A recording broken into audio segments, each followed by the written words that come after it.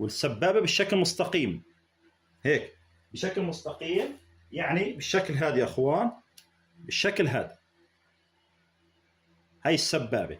طب هاي الحركة شو بتعمل؟ شو فائدتها هاي الحركة اللي هي السبابة بالنسبة للفحص؟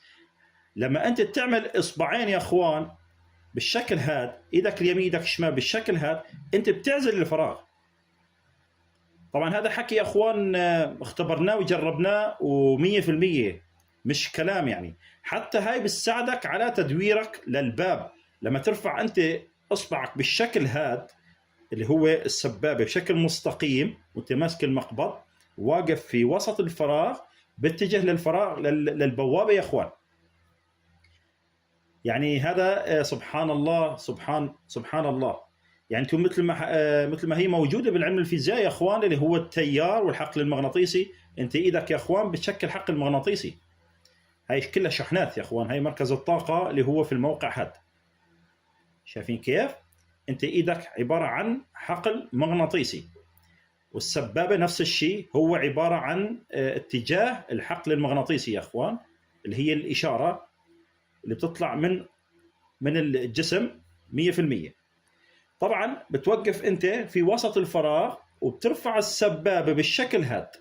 كمان نفس الشيء لما تروح على المعدن بيعطيك قراءه المعدن زي ما انا شرحت قبل شوي يا اخوان، الطريقه اللي هي حركه التنافريه والتاكيس، واللي بروح على اليمين وعلى الشمال.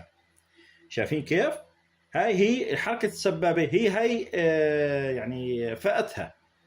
اما في حركه ثانيه بدي اجيب مقبض الثاني واشرح لكم اياها يا اخوان. بالنسبه للحركه الثانيه نفس الشيء، كمان لها فائده كثير يا اخوان. بالنسبه للحركه هاي، الابهامين متصلات مع بعض، والسبابتين اليمين والشمال بشكل مستقيم، يعني بالشكل هذا يا اخوان. شايفين كيف؟ هيك بالشكل هذا، الابهامين متصلات مع بعض والسبابتين مستقيمات بالشكل هذا. طب هاي شو فائدتها؟ هاي يا اخوان بتعطي قوه للسيخ، قوه زائده للسيخ. انت هون عملت اتصال بين الموجب والسالب. انت عملت اتصال بين الموجب والسالب بالابهامين، وبالسبابتين انت عزلت الفراغ. انت هون شو بتدور على جدار مثلا